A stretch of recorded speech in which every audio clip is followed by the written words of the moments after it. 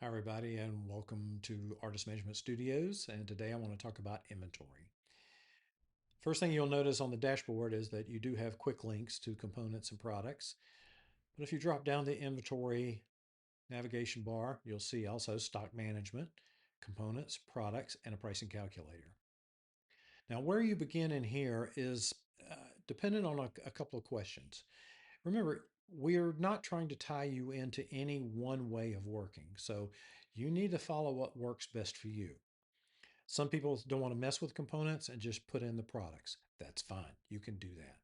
Matter of fact, if you're just getting started, you've got a lot of products listed in Shopify, then my recommendation is to first step down here to integrations. Go find the video that we've done to show you how to step through the integration process, connect Shopify with AMS, and then once you're connected, you can import all your products directly into AMS. And then once that's linked, you'll have a two-way automatic connection now. So anytime you update a product in AMS, it'll be pushed to Shopify and vice versa. You can also set products to be ignored so that you can have products that exist only in one place or another. But get this set up if you're just getting started and you use Shopify. If you don't, then again, decide what works best for you. I don't want to mess with components. Mine are fairly simple. I don't want to track it, so I'll just put in the products. You can do that.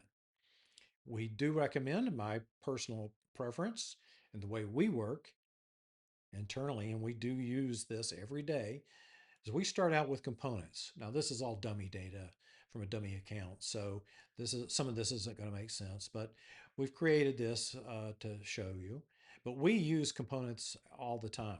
Have a list of all the components that we put into our various products and use that because this is a good way for us to keep track of our costs and our profit levels. So when you put in a component, you put in your category and material, supplier, unit cost, and this feature will also track everywhere that component is used. So every product, and I can navigate to that product and see how it's being used. But if I go in here and edit, I can modify and update the information in here. I can allow the component to go negative. I can add descriptions, any notes.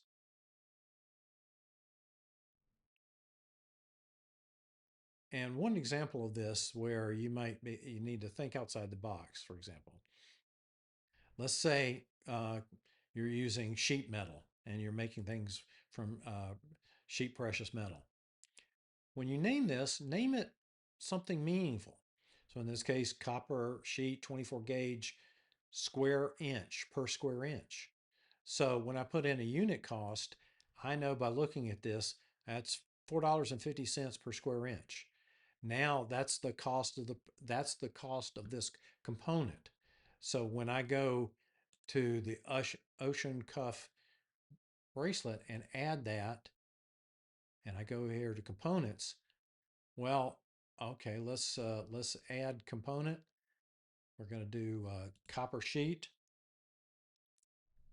450, but we're really meant to be 5 square inches. I'll add that. I'm going to remove that. And now that cost is automatically transferred.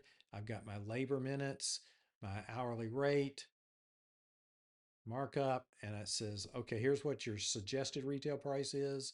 I'm going to put that at 300 and shows me my profit levels. Save changes, and everything's updated. Now, that's for components.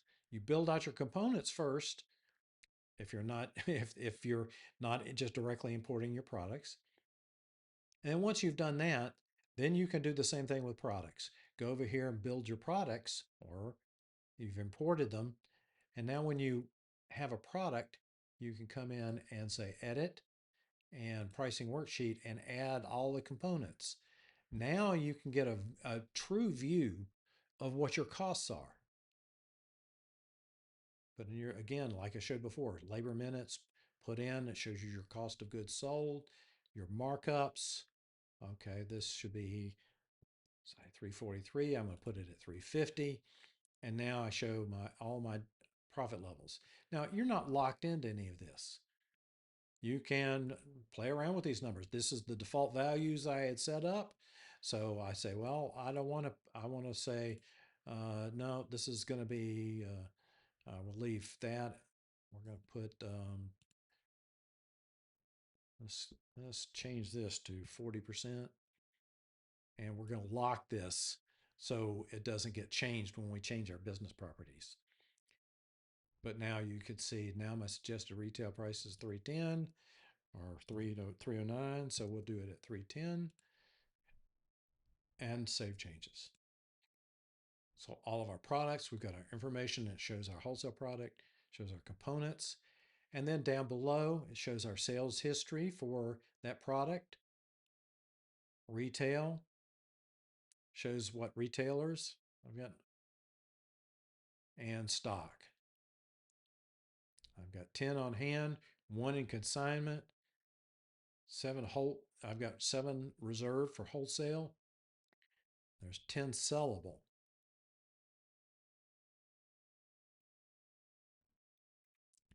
Stock management feature allows you to come in and quickly look at what are my stock. I can filter down. I can look at all the different categories and say, I only want to look at, well, let's just look at copper. I only got 2. Here's what I've got. Well, let's change that to 5. And whoops, and that you'll notice by default it's sorted by on hand. So it's going to automatically resort, showing you the lowest uh, out of stock on hand. So this would move down to here. You can change this, of course, and filter by product if you don't want to auto sort this. So let's do that on 10. And you can see now that that's updated. Now, with the stock management, if you're integrated with Shopify, now anytime a product is sold through Shopify, it'll automatically update that sale into AMS and auto decrement your inventory. And if you're using components, it will auto decrement the product inventory and the associated components with that. So now you have a true inventory of everything that you've got on hand. And that's the summary of inventory. Please feel free to drop in a support ticket if you have any issues with any of these features, or if you'd like to see enhancements or new features added to the inventory functionality. Thank you.